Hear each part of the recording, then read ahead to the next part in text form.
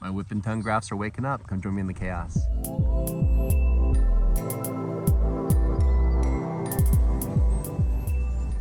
All right, so this is exciting.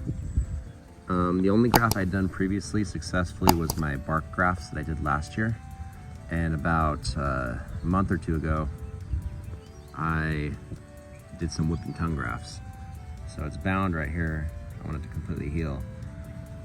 But all these buds are waking up above my graft union, and that's usually a really good sign. I did a video on how to do these whip and tongue grafts, it was a couple months ago. And basically you harvest scion wood and you keep it dormant, and then you wait until you start seeing the rootstock, which is this, start coming out of dormancy.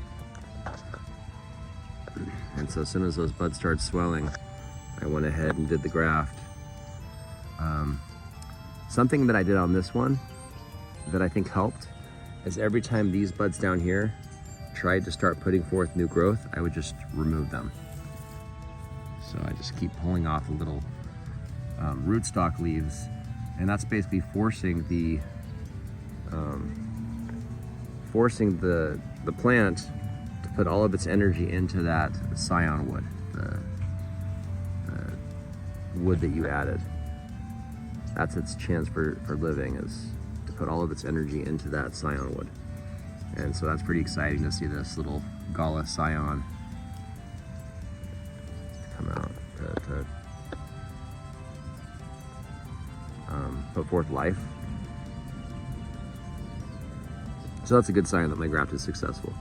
If my graft wasn't successful, you wouldn't have seen this scion waking up. It would have just dried out, shriveled up, not done what it's doing.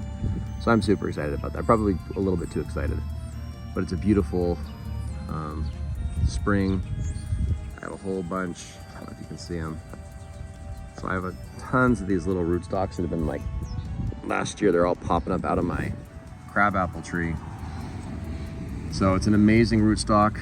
And then since I have these other improved choice varieties, it's a great source of scion wood. So I don't have to pay anyone money, and it's nice to just provide your own. But I have all these, kind of see the grid, all these little trees. So in a few years, I'm gonna have apples coming out of my ears, it looks like. But anyway, if you're thinking about grafting and it sounds too hard and you're scared, just do it. It's amazing the confidence and joy you get doing this, and then having it be successful and growing your own improved apple varieties that you've grafted yourself. So check out that original video if you're curious how to do a whip and tongue graft. Get these things set up. If you're near Independence, Missouri, Zone 6 where I'm at, and you want help, I'd be happy to help you. So just reach out, or if you know me in person. Anyway, thanks for joining me in the chaos.